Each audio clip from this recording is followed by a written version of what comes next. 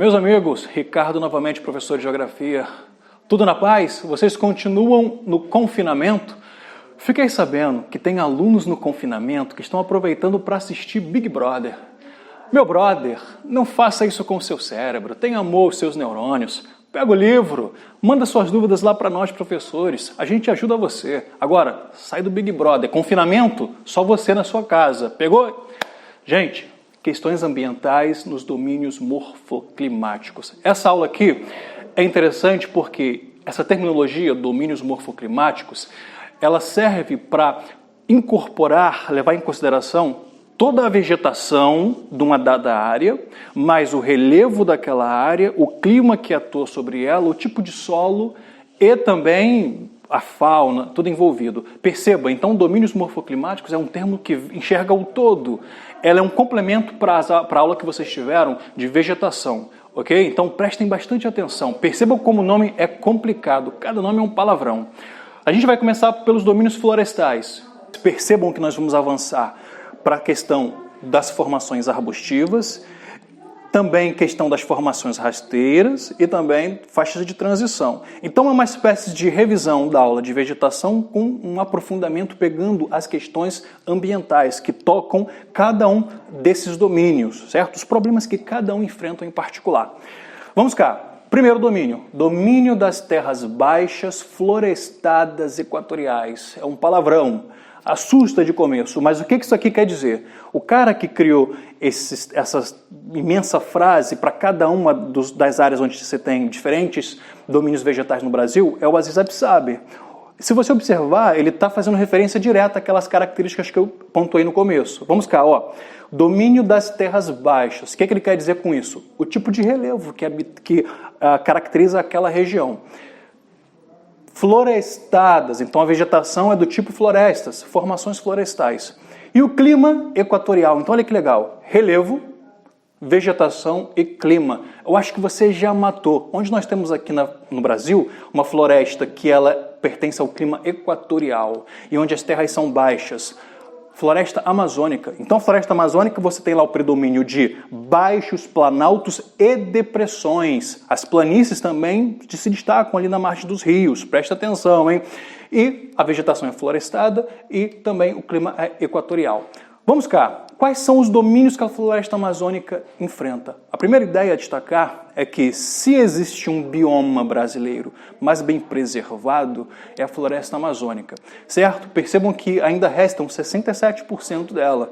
Isso aqui no Brasil é considerado um percentual elevadíssimo de conservação de mata original. Ok, Ricardo, mas o que então fez com que ela perdesse aquele restante, aqueles lá, deixa eu ver aqui, 33%. Onde foi parar esses 33%, Ricardo? Bom, vamos buscar. Floresta amazônica, grande variedade de árvores, espécies como, por exemplo, o ipê, o jatobá, o jequitibá, várias espécies, mogno, cedro, espécies, madeiras de lei. Portanto, a indústria madeireira exerce grande pressão sobre a floresta amazônica.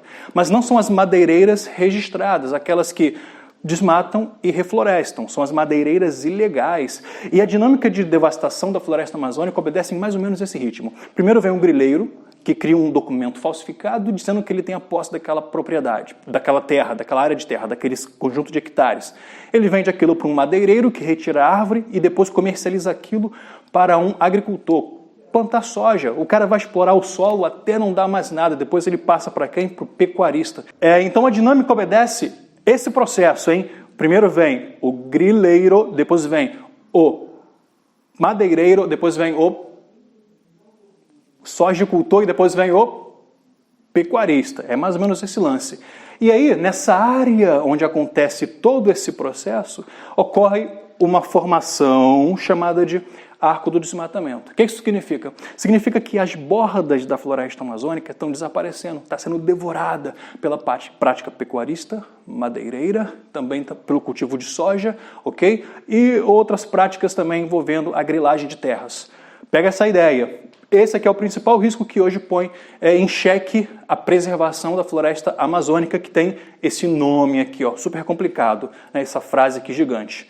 Quando a gente sai da floresta amazônica, que é a mais preservada no Brasil, a gente entra aqui em um outro domínio. Olha, vamos analisar o nome aqui do cara. Domínio dos mares de morros ou áreas mamelonares tropical atlântica florestada. Vamos cá. Mares de morro, áreas mamelonares. Áreas mamelonares têm a forma de meia laranja. Onde você encontra isso? Você encontra onde predomina a Mata Atlântica. Então a Mata Atlântica ela está alocada sobre uma área que o relevo ele é suavizado, ele faz ondulações. São áreas mamelonares. Então vamos cá, o que acomete? Qual é o problema que acomete a área dos mares de morro?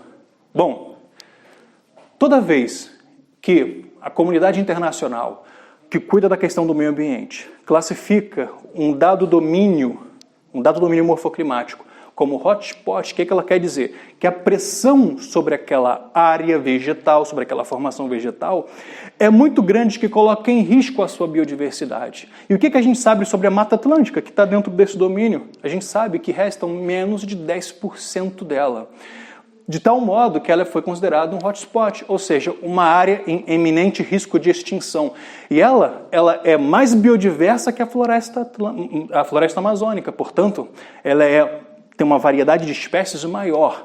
Portanto, o que acontece? A comunidade já soltou esse alerta considerando a Mata Atlântica como uma área de grande endemismo, porque você tem espécies únicas, exclusivas, que só se formam na Mata Atlântica, ok? E ainda assim restam menos de 10% dela. Esses 10% que restam, apenas 2% estão dentro de áreas protegidas por lei. Os outros estão espalhados dentro de propriedades particulares.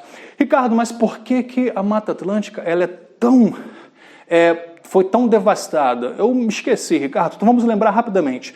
Voltamos lá para o período colonial, 1500, exploração intensa do pau-brasil, levou embora parte da Mata Atlântica. Depois aconteceu o quê? Lá no Nordeste, cultivo de cana, levou embora parte da Mata Atlântica que ficava na zona da mata. Posteriormente veio a mineração. Lembra que a Mata Atlântica ela entra ali no interior de Minas e São Paulo? Pois então, a mineração em Minas levou embora parte da Mata Atlântica. Depois veio o cultivo de café, interior de São Paulo, lembra também? Levou embora outra parte da Mata Atlântica. E o que aconteceu depois, Ricardo? O que aconteceu é que hoje o Brasil ele é densamente urbanizado e as maiores cidades industriais se localizam justamente nessa faixa litorânea, que vai do Rio Grande do Norte até o Rio Grande do Sul, justamente onde antes dominava a Mata Atlântica. Daí o motivo pelo qual ela é uma das mais devastadas no Brasil.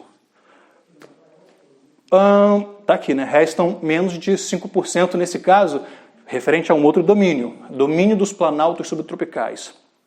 Bom, alguns autores consideram esses domínios dos planaltos subtropicais como parte da Mata Atlântica. Outros consideram a parte. Nós vamos considerá-lo a parte.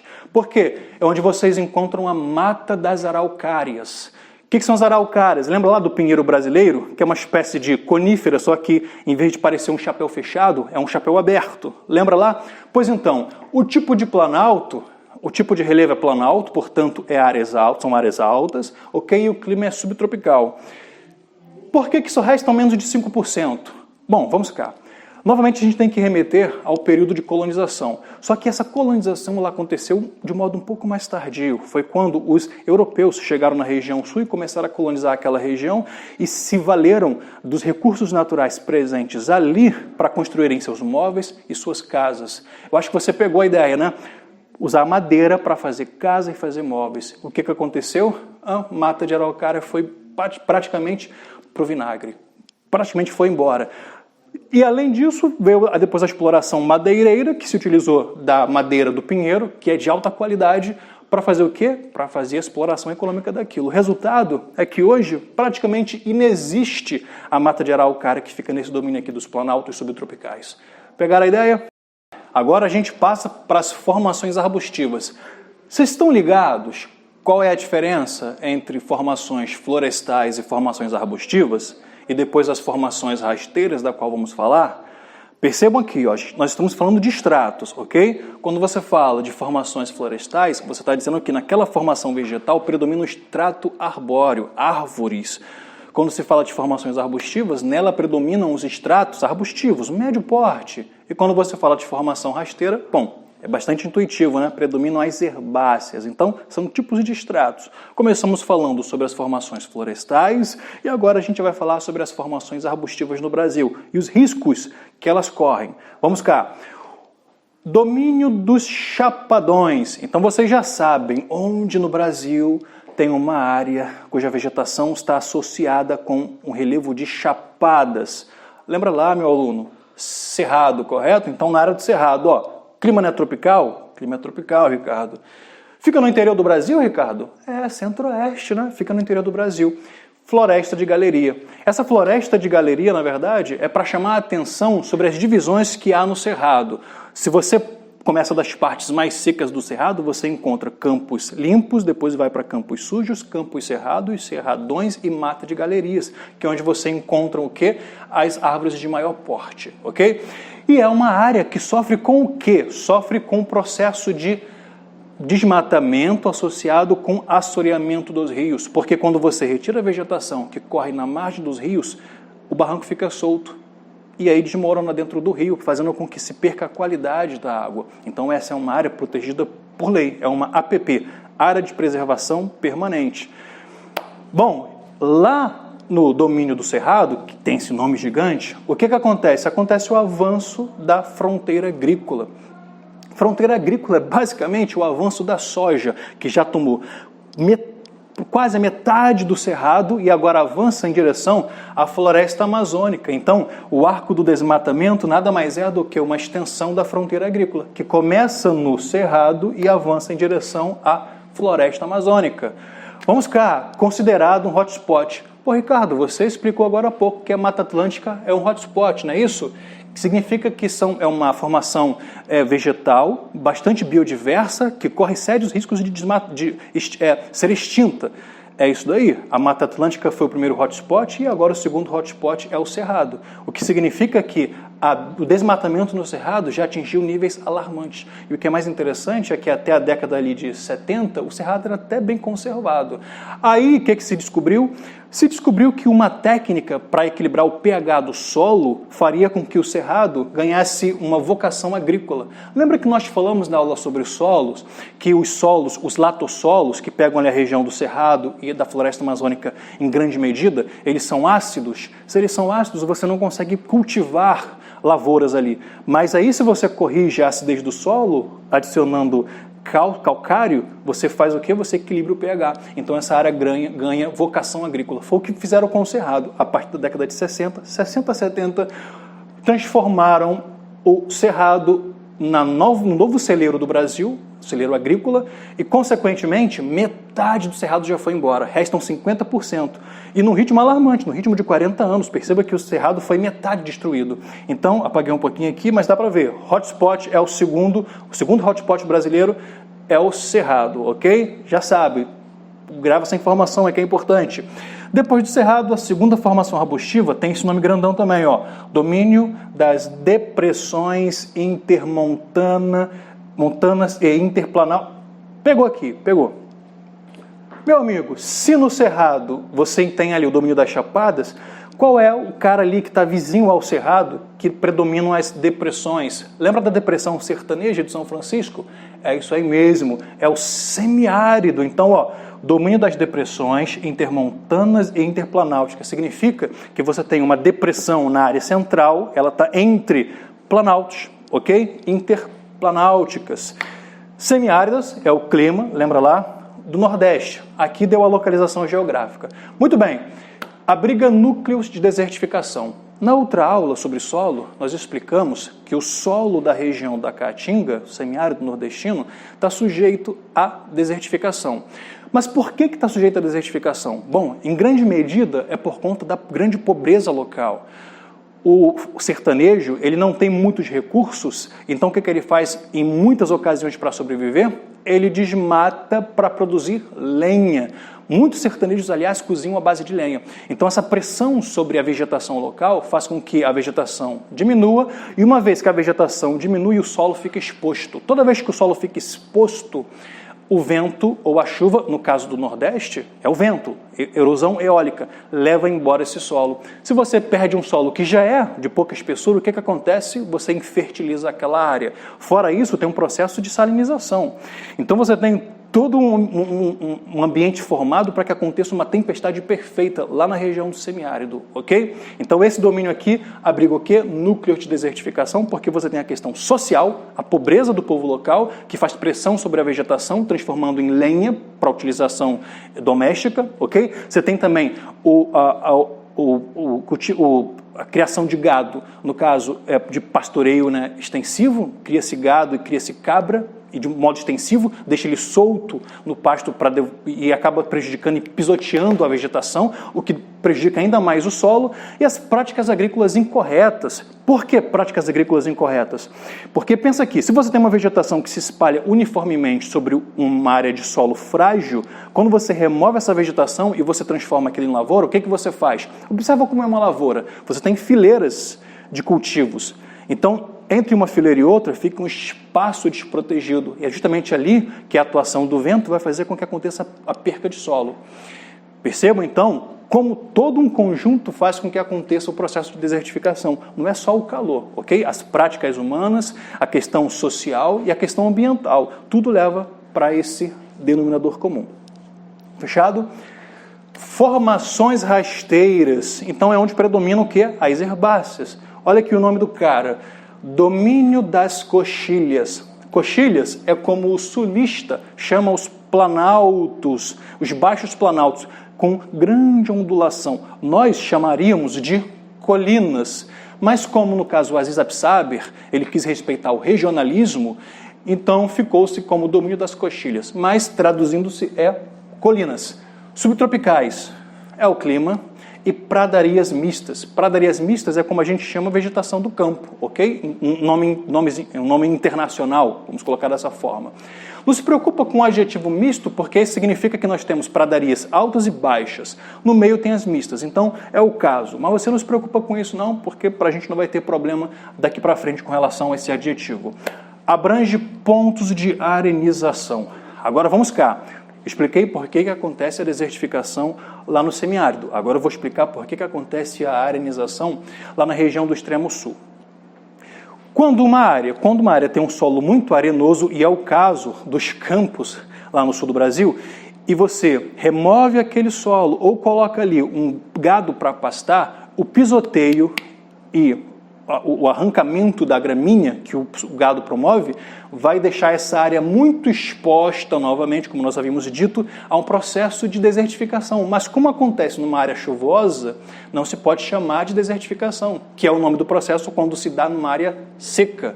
Portanto, é a arenização. Logo, se você for convocado a explicar por que acontece a arenização na região sul do Brasil, você já sabe. Técnicas agrícolas e agropecuárias, de pastoreio, né, pecuárias, erradas, ok? Voltando então aqui, faixas de transição. Nas faixas de transição tem que tomar muito cuidado, porque nós falamos dos domínios, e entre um domínio e outro, você não tem uma separação muito rígida, muito exata, matemática. O que acontece é que quando você, por exemplo, sai do cerrado e entra no domínio da floresta amazônica, existe uma faixa que é o que a vegetação precisa para ir sofrendo transformações até que ela se transforme de um domínio para o outro domínio. Então, nessas áreas de transformação, que em biologia é chamada de ecótono, em geografia nós vamos chamar de faixas de transição. E nós temos 3. Vamos analisar rapidamente cada uma. No caso do Pantanal, o que acontece no Pantanal? Nós temos uma espécie de complexo vegetal. Espécies de todo tipo. Praticamente, todas as espécies que você encontra na região amazônica, né, na Mata Atlântica, nos campos, ali você vai encontrar um mostruário, uma espécie de amostra grátis de cada uma dessas vegetações, todas concentradas no Pantanal. A questão é que é uma vegetação riquíssima, que tem grande biodiversidade, ok, mas sofre grande pressão. E essa pressão que o Pantanal sofre está associado com o quê? Está associado com aqueles agricultores que dispersam agroquímicos sobre a vegetação utilizando aviões. Esses agroquímicos vão ser levados para onde? Para os rios, então rios contaminados. Outra questão é a que diz respeito à fauna. a caça ilegal no Pantanal é muito intensa, então você tem animais que estão começando a entrar na faixa de risco de extinção, como por exemplo é o caso da onça-pintada, certo?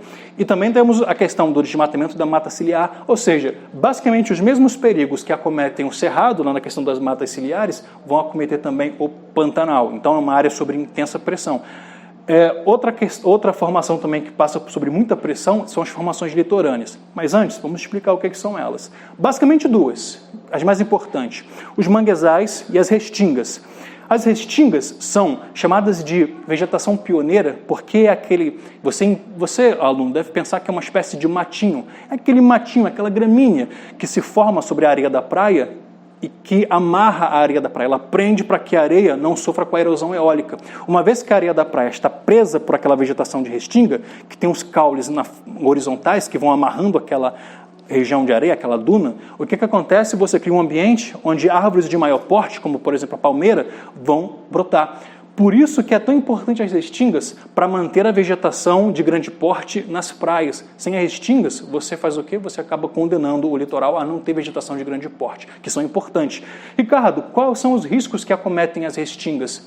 Expansão urbana, especulação imobiliária. Quem hoje não quer ter uma casa na praia? Todo mundo quer, né? Então, a área urbana tem se expandido não só para o interior, mas também para as áreas litorâneas, com formações de aterros. Lembra lá do aterro do Flamengo? Área nobre, né? Pois então. E a mesma coisa acontece com a outra parte da formação litorânea, que é o caso dos manguezais. Os manguezais são berçários, tem uma grande biodiversidade, berçários para espécies de aves aquáticas, peixes, crustáceos, que põem ali seus ovos, ok? E elas se localizam em áreas de estuário. Lembra da aula de hidrografia? Então, o estuário é onde o rio deságua no mar. Você tem ali a formação de uma área salobra, água doce do rio com água salgada do mar, um ambiente único para a formação de espécies muito específicas. E o que acontece lá, Ricardo, nos manguezais? A mesma coisa, especulação imobiliária, expansão, aterramento. É a principal ameaça que acomete, por exemplo, a formação litorânea, ok? Expansão imobiliária. E para a gente fechar aqui a Mata dos Cocais. Lembra da Mata dos Cocais, né? Tem lá o babaçu, a carnaúba, que a população local utiliza para extrair praticamente tudo que essas palmeiras dão. Por exemplo, eles usam o óleo do coquinho, que é tirado dela, eles usam a cera, que é removido da folha, eles utilizam também o tronco, a madeira. Só que aí vem a agricultura, a expansão da soja, cultivo de arroz, e tem exercido uma grande ameaça sobre a Mata dos Cocais. Aliás, as quebradeiras de coco, né, que são as mulheres que trabalham, dependem exclusivamente na sua economia, dependem exclusivamente da Mata dos Cocais, protegem essa mata porque elas dependem dessa mata de pé. E o agricultor, o grande agricultor, avança sobre essa área, removendo essa vegetação para expandir o seu cultivo de soja. Então, vez por outra, ouvimos nos noticiários sobre os conflitos entre esses dois grupos. As mulheres que querem preservar, e também homens, e o grande agronegócio brasileiro. Ok? Então, se você pegou, para a gente sintetizar toda essa ideia, se você pegou, você percebeu que a agricultura é hoje, ou o agronegócio, é o grande vilão em termos de conservação ambiental. Mas não só a agricultura. Perceba que a prática do desmatamento para produzir madeira também é outro. Pecuária também, no Brasil, o gado é criado solto, o que lá fora é visto como uma grande vantagem, porque na Europa e nos Estados Unidos o gado é criado confinado. Isso é visto como desumano. E aqui no Brasil, como o gado é criado solto, é uma carne que é mais apreciada pelo gosto do chinês e outros povos, como os turcos e etc. Porém, tem um custo ambiental para você criar o gado solto, correto? Tem um grande custo ambiental. Aliás, a pecuária no Brasil é a grande atividade responsável por liberação de metano, que tem um valor 50 vezes acima da capacidade do CO2 de aquecer a atmosfera. Isso é um caso muito importante, hein? Tem que prestar atenção. E também a questão, só recapitulando, desmatamento ilegal para produção de madeira, agropecuária, caças ilegais, ok? E também a grilagem de terras. Estão entre os fatores que mais respondem pela diminuição dos domínios vegetais no Brasil. Deu para pegar a ideia? Tá bom para tu? Grande abraço, turma.